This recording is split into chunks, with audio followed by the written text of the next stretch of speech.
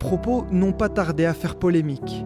Invité dans un podcast américain, l'ambassadeur des États-Unis en Israël, Mike Huckabee, affirme que l'État hébreu aurait, selon la Bible, un droit sur des terres situées entre le Nil et l'Euphrate. Ça inclurait Israël, la Jordanie, la Syrie, le Liban ainsi qu'une grande partie de l'Arabie Saoudite. Ce sont des pays à part entière. La zone dont nous parlons en particulier est celle qui, selon les textes bibliques, aurait été donnée à Israël par Dieu à travers Abraham. Il est alors question d'un peuple, d'un territoire et d'une mission. À la fin de son raisonnement, l'ambassadeur va même plus loin.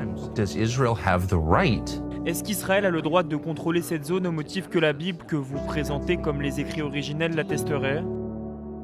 Ce serait acceptable s'il prenait tout.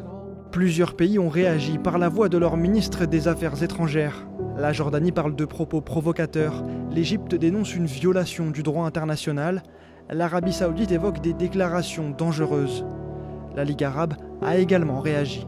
Ces déclarations extrémistes sont contraires aux principes diplomatiques, au moment où des efforts de paix sont en cours. Cette affaire intervient dans un contexte déjà tendu, alors qu'Israël multiplie les mesures pour renforcer son contrôle en Cisjordanie occupée depuis 1967.